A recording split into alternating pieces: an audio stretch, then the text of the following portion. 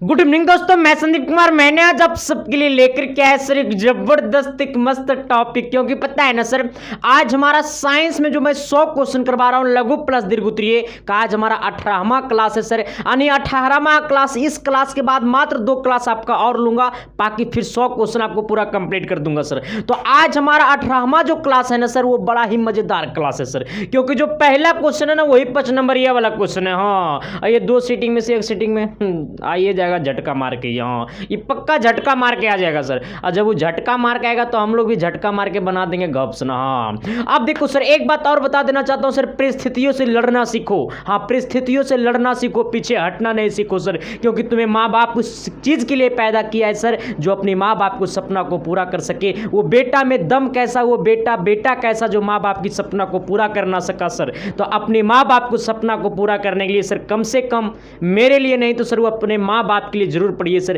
क्योंकि हमें मालूम है कि तुम सबको अपने खुद पे विश्वास नहीं है सर, लेकिन उस माँ बाप पे तो विश्वास है ना सर, जो तुझे जो पैदा किया है। तो उस अपने माँ बाप पे विश्वास करके सर, मैं कहता हूँ आप सबसे हाथ जोड़ करके कि सर सारी क्लासेस को करिए। क्योंकि सर आपका इंतजार कोई कर रहा है सर, आपकी सपना का इंतजार कोई कर रहा है सर। तो उसके लिए सर जरूर पढ़िए। आते हैं सर, आज का आगाज करता हूं सर क्वेश्चन नंबर 86 से, ठीक ना। जैसे जैसे वीडियो करीब आता जा रहा है ना 100 क्वेश्चन की तरफ, वैसे वैसे मन जो है ना सर, वो डोल रहा है। हाँ, लग रहा ना रे कि तेरे पास होता ना तो कसम से कहते हैं चला प्यार कर लेता, है ना सर। ऐसे भी हम दोनों का दिल का रिश्ता है, ठीक ना आना। और इससे पहले सर मैं बता देना चाहता हूं, जो भी लोग चैनल पर नए हैं ना सर, चैनल को सब्सक्राइब कर देना और बेल आइकन को प्रेस करके सर दोस्तों को शेयर कर देना। लेकिन आज का क्वेश्चन का करता हूं आगाज।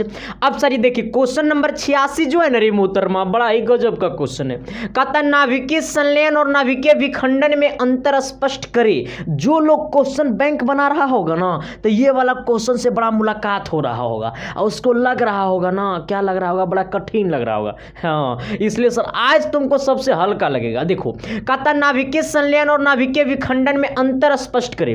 तो नाभिकीय संलयन नीचे डैश देख करके लिखना यहां पर ही कि नाभिकीय संलयन और नाभिकीय विखंडन में निम्नलिखित अंतर है, ठीक ना सर। फिर आपको कॉपी में को बीच में लाइन खींचना है, फिर एक साइड लिखना नाभिकीय संलयन और दूसरा साइड लिखना नाभिकीय विखंडन। फिर जो मैं पढ़ा रहा हूं सर, ये चीज लिख देना, आपके 5 नंबर आपके थैली में आएगा। हाँ देखो सर, पहला पॉइंट कहता है ना सर कि जब एक, देखो यहां पे तो गौर करना, इसमें जब 2 हल्के नाभिक परस्पर एक दूसरे से क्या होता है सर, मिलता है ना, तो एक भारी नाभिक का निर्माण करता है, ठीक ना।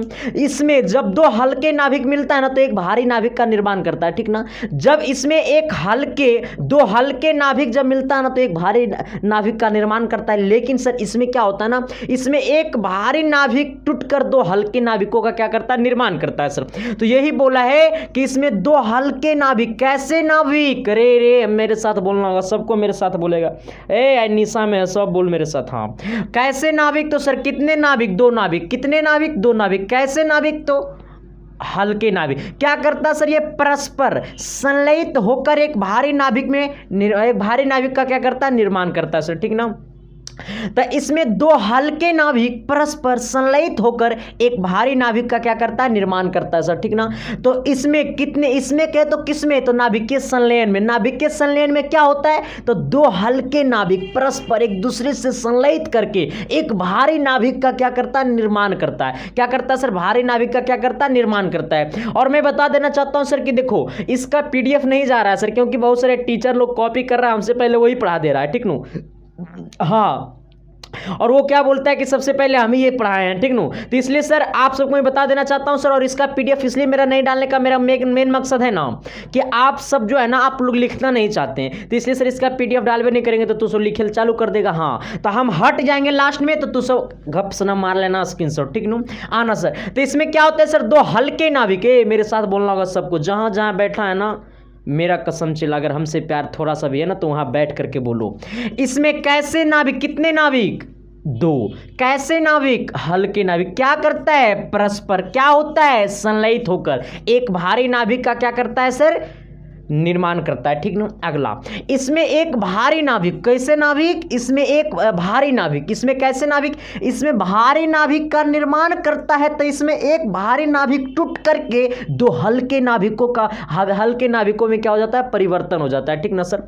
इसमें एक भारी नाभिक का निर्माण करता है, लेकिन इसमें क्या होता है ना कि एक भारी नाभिक टूट करके दो हल्के नाभिकों में परिवर्तन हो जाता है ना। इसे क्या कहते हैं, नाभिकीय विखंडन कहते हैं सर, ठीक ना।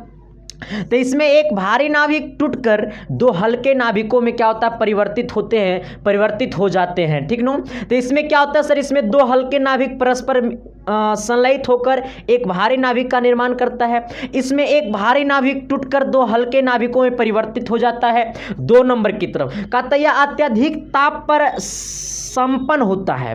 अच्छा, अब देखो सर, नाभिकीय संलयन अत्यधिक ताप पर क्या होता है, हाँ, अरे रब करे तुझको भी हमसे प्यार हो जाए, है ना सर। देखो, प्यार वाली बात मुझे बहुत पसंद आता है भाई, हाँ आना। कहता है ना यह अत्यधिक ताप पर क्या होता है सर, संपन्न होता है, ठीक ना। तो नाभिकीय संलयन क्या होता है, अत्यधिक ताप पर, बोल मेरे साथ, संपन्न होता है। लेकिन ये क्या होता है ना सर, क्या इसका क्रिया ताप से स्वतंत्र होती है। इसका क्रिया जो होता है ना वो ताप से क्या होता है, स्वतंत्र होता है। इसका क्रिया क्या होता है, ताप से स्वतंत्र होता है। लेकिन ये जो होता है ना वो अत्यधिक ताप पर क्या होता है, संपन्न होता है। लेकिन इसका जो क्रिया है ना, इसका क्या, तो किसका, नाभिकीय विखंडन का, इसका क्रिया ताप से क्या होता है, स्वतंत्र होती है।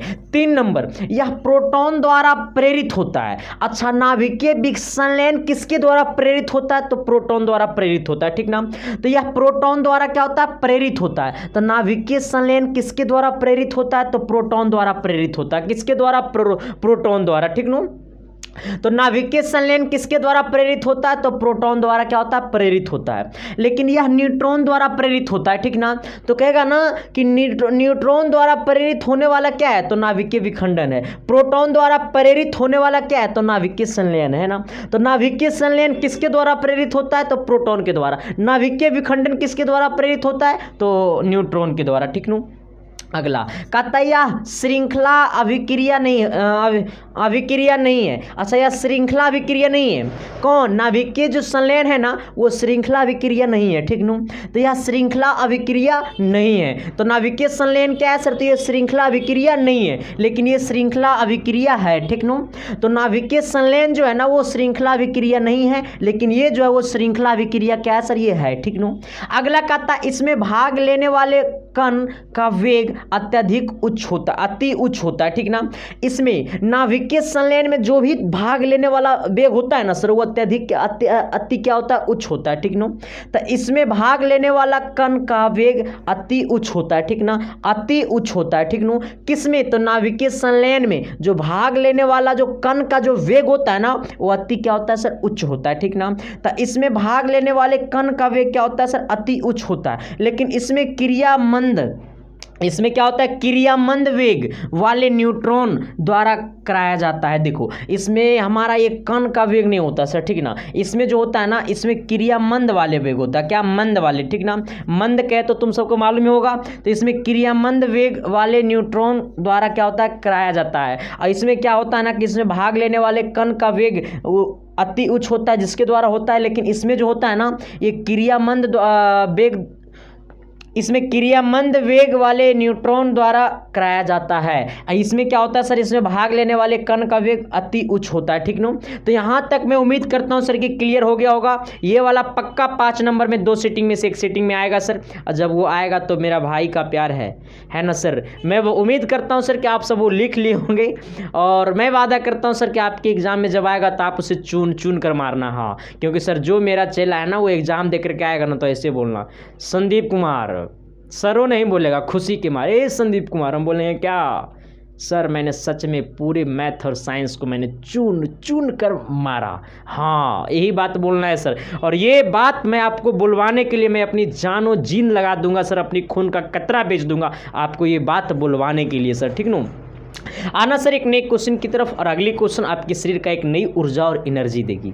चलिए आइए सर, देखिए ये वाला पता है क्या है, फ्लेमिंग का दक्षिण हस्त नियम को लिखे। हाँ, एग्जाम में कोई ऐसा साल नहीं है जो ये नहीं आता है, चाहे फर्स्ट चाहे सेकंड, चाहे फर्स्ट चाहे सेकंड, यानी प्रथम पाली चाहे द्वितीय पाली, एकदम फिक्स है वो आइए जाएगा। हाँ, अब देखो सर कहता है ना कि फ्लेमिंग का दक्षिण हस्त नियम को लिखे। तो अब देखो सर, फ्लेमिंग का दक्षिण हस्त नियम लेना है सर, तो दक्षिण हस्त नियम को इस तरह से रखेंगे ना कि ये वाला देखो, ये चालक की गति है ना, ये चुंबकीय क्षेत्र, ये चुंबकीय प्रेरित धारा की दिशा। लेकिन सबसे पहले थोड़ा सा इधर आना, ठीक ना, समझा देते हैं, इसके बाद देखो इस पर मंथन करेंगे, ठीक ना। आपको याद हम करने नहीं देंगे, आपको रटने नहीं देंगे सर, आपको समझा करके हम भेज देंगे, मेरा इतना प्रयास रहता है। कहता है ना सर कि प्रेरित विद्युत धारा की दिशा फ्लेमिंग के दक्षिणास्थ नियम से प्राप्त होती है। देखो सर, एगो देखो ये भी अपने आप में एगो सर थी है, ठीक ना, नियम है, प्रेरित धारा की दिशा, ठीक ना। देखो प्रेरित धारा की दिशा, प्रेरित धारा की दिशा किससे प्राप्त होती है, प्रेरित धारा की दिशा किससे प्राप्त होती है, तो फ्लेमिंग के दक्षिणहस्त नियम से प्राप्त होती है, ठीक ना। अगर क्वेश्चन ये आ गया ऑप्शनल में, अगर ऑब्जेक्टिव में आ गया कि प्रेरित विद्युत धारा की दिशा किससे प्राप्त होती है, प्रेरित विद्युत धारा की दिशा किससे प्राप्त होती है, तो फ्लेमिंग के दक्षिणहस्त नियम से प्राप्त होती है, ये तो तुम लिख दोगे, है ना। ये पूछ देगा ऑब्जेक्टिव में सर कि प्रेरित विद्युत धारा की दिशा किससे प्राप्त होती है, तो फ्लेमिंग के दक्षिणहस्त नियम से प्राप्त होती है, ठीक ना। कहता है इस नियम में अपने दाहिने हाथ की तर्जनी, माध्यमा और अंगूठे, तर्जनी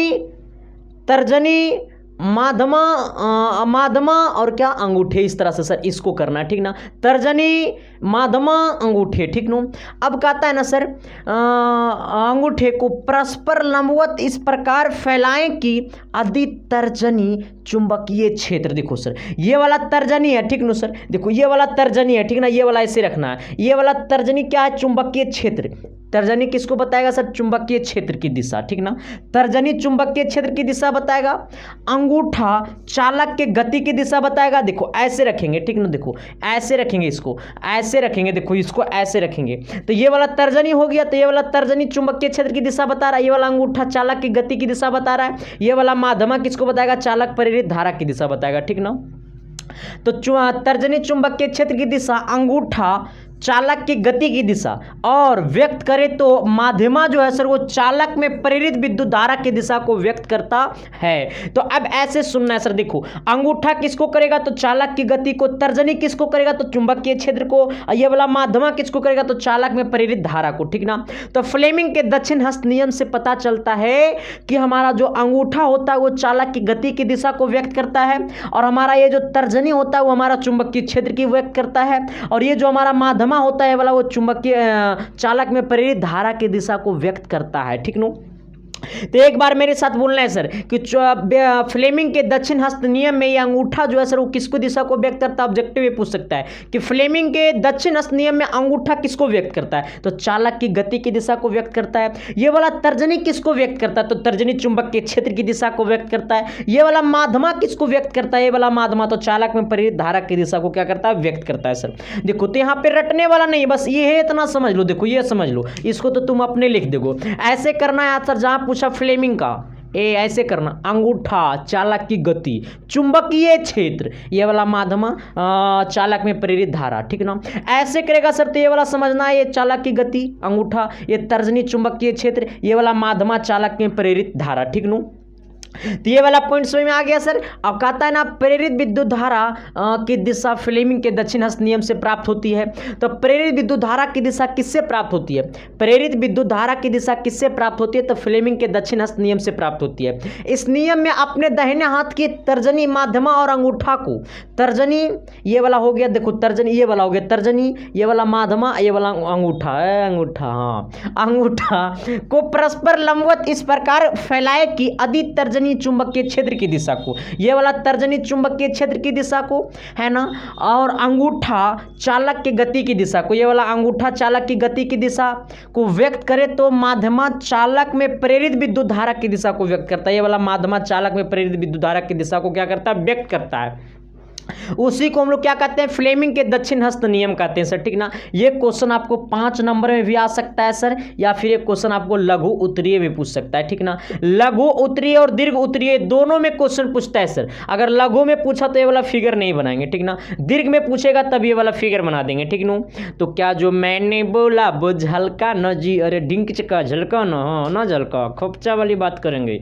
अब देखो सर, तो आपको मैं लेकर के चलता हूं सर एक नई क्वेश्चन की तरफ, और नई क्वेश्चन आपकी जिंदगी में एक नया प्रकाश देगा, मतलब लाइट देगा, जिससे तुम्हारा जिंदगी इंजोरा होगा। हाँ चलिए आइए सर, देखिए दोनों क्वेश्चन। एक बात और बता देना चाहता हूं सर, जो इसका पिछला क्लास अगर नहीं देखे ना, तो इस वीडियो के डिस्क्रिप्शन में पिछले क्लास का लिंक दिया हुआ, या फिर यूट्यूब के प्ले लिस्ट में जाना, वहां पे टॉप 100 क्वेश्चन साइंस का एक प्ले लिस्ट बना हुआ, ठीक ना। वो प्ले लिस्ट में आपको सारा का सारा वीडियो मिल जाएगा। फिर यूट्यूब पे सर्च कर सकते हैं top 100 question science Sandeep Kumar, आपको क्लास 10th का मिल जाएगा सर, ठीक नो।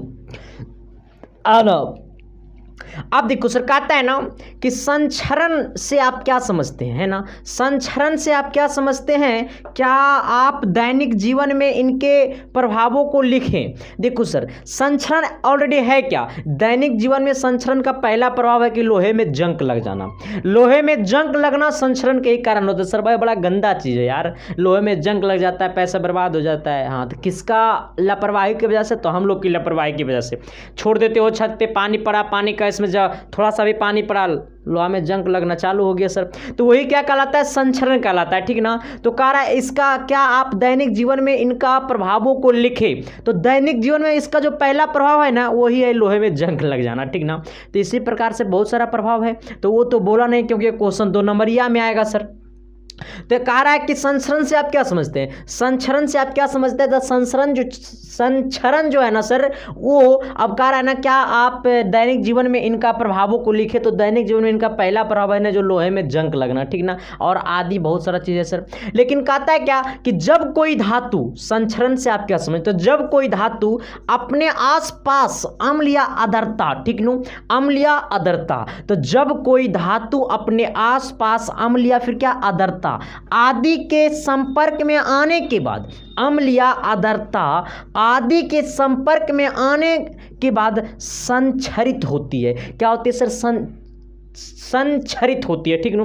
जैसे सर क्या है, लोहा है, आयरन है, लोहा प्लस क्या होता है, पानी मिलता है सर। तो जैसा ही लोहा और पानी मिला तो फिर लोहे में जंग लग करके एक अलग तरह से रंग उसका चेंज कर देता है लोहा का, ठीक ना।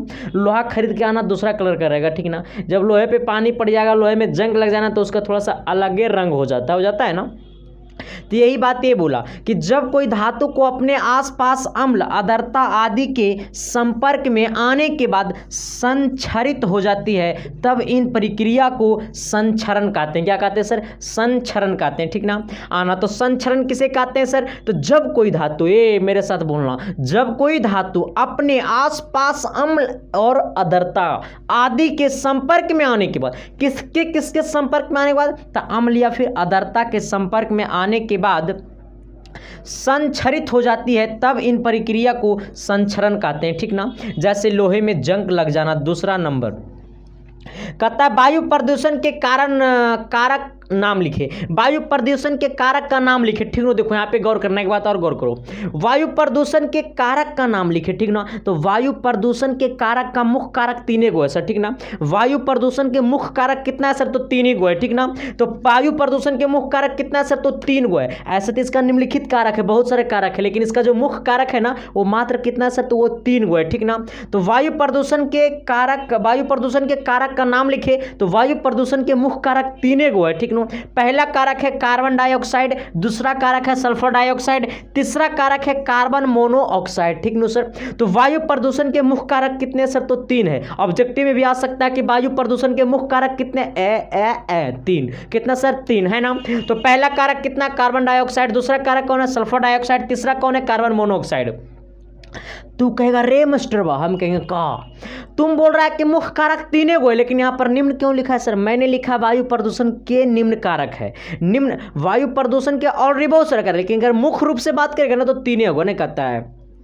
अब सोचो सर कि अगर मेरे बारे में पूछेगा, तो मेरा तो बहुत सारे भाई है सर, गोतिया में है, भले ही मेरा चचा नहीं है तो अलग की बात है, हमारे पापा की भाई है। तो गोतिया में तो बहुत सारा भाई है। तो पूछेगा तुम्हारा भाई क्या है, तो पूरा गांव में मेरा भाई है। लेकिन पूछेगा तुम्हारा अपना मुख्य रूप से क्या भाई है, तो अपना मुख्य रूप से 4 भाई है।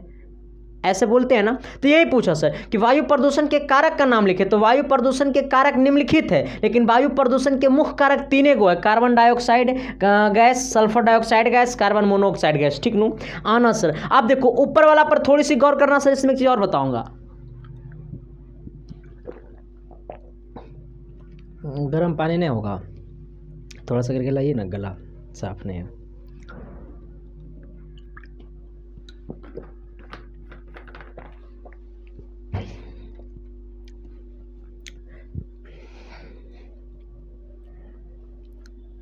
हाँ सर, तो कहाँ पे हम लोग थे? हाँ, संचरण से आप क्या समझते? देखो एक चीज और गौर करना, कभी कभी सर, कभी कभी क्या होता है ना, इसमें बहुत सारी प्रक्रिया हो सकता है, लोहे में जंग लगना, कौन सी आप इसे क्या समझते? तो संचरण से ही कारण होता है, क्योंकि संचरण वो होता है, कहता है जब कोई धातु अपने आसपास अम्ल, आर्द्रता आदि के संपर्क में आने के बाद संचरित हो जाती है, तब इस प्रक्रिया को संचरण कहते हैं। जैसे लोहे में जंग लगना वायु प्रदूषण के मुख्य कारक 3 गो है सर, ऐसे निम्नलिखित कारण है, ठीक ना, कारक है। तो अब आपके अगले क्वेश्चन की तरफ लेकर के आता हूं सर, और बायोलॉजी का क्वेश्चन आज नहीं लाया हूं सर, और इसके लिए माफ़ी, लेकिन नीचे वाला क्वेश्चन मानो तो बायोलॉजी का था है ना, लेकिन बायोलॉजी का जो अगला क्लास लाऊंगा ना, उसमें बायोलॉजी का 5 क्वेश्चन में से 3-4 क्वेश्चन बायोलॉजी का लाऊंगा, ठीक ना सर।